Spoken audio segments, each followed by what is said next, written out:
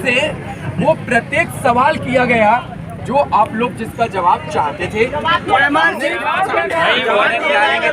सब आएगा, एक बार पूरी बात सुन लो। मोबाइल आप लोगों को नहीं दे सकता, इसमें पूरा रिकॉर्ड है जो मैं आप लोगों को भेजूंगा। जवाब दे रहे हैं, आयोग की तरफ से एक एक रिकॉर्ड इसमें मैंने रिकॉर्ड करवाया उनसे इजाजत लेने के बाद।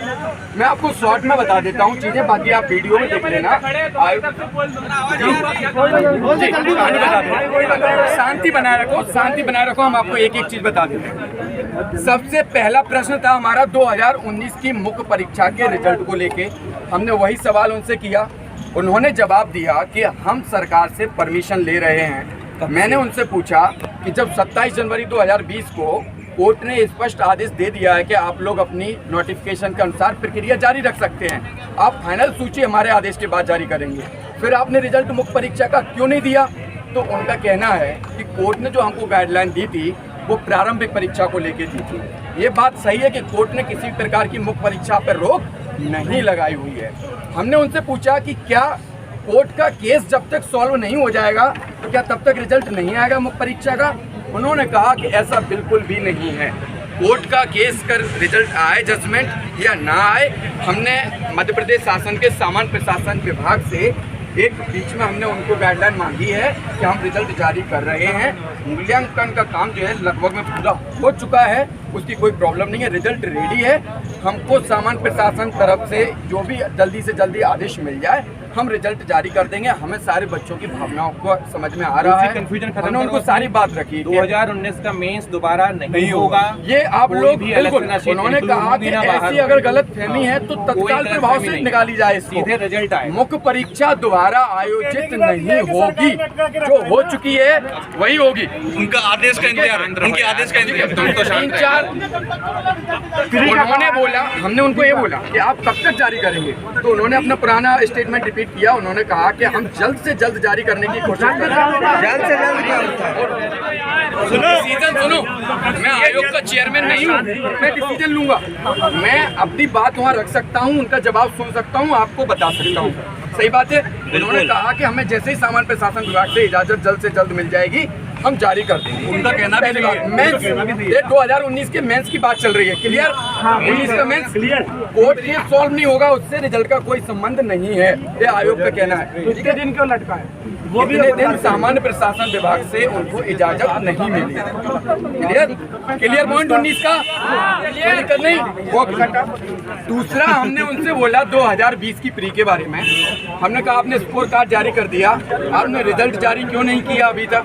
तो उनका कहना है कि पिछली बार जब हमने रिजल्ट जारी किया था उसमें हमने सरकार से इजाजत ली थी, सरकार से इजाजत लेनी पड़ती है, सब में सरकार दो, ठीक है? तो हम फिर से इजाजत सरकार से लेंगे, उसके बाद प्री का रिजल्ट जारी करेंगे। दूसरा जो सबसे ज्यादा इंपॉर्टेंट पॉइंट था, हमने उनसे पूछा कि आपने कहा था कि अगस्त में रिजल्ट आ जाएगा और 23 से 28 नवंबर के बीच में मुख्य परीक्षा होगी। ऐसी स्थिति में अगर आप अक्टूबर लास्ट में रिजल्ट जारी करते हैं तो क्या परीक्षा 23 से ही होगी या हमारा समय बढ़ाया जाएगा? कम से कम 3 महीने। उन्होंने कहा आप लोग निश्चिंत रहिए, जिस तिथि को रिजल्ट जारी किया जाएगा उससे मिनिमम 90 दिन का समय मिलेगा।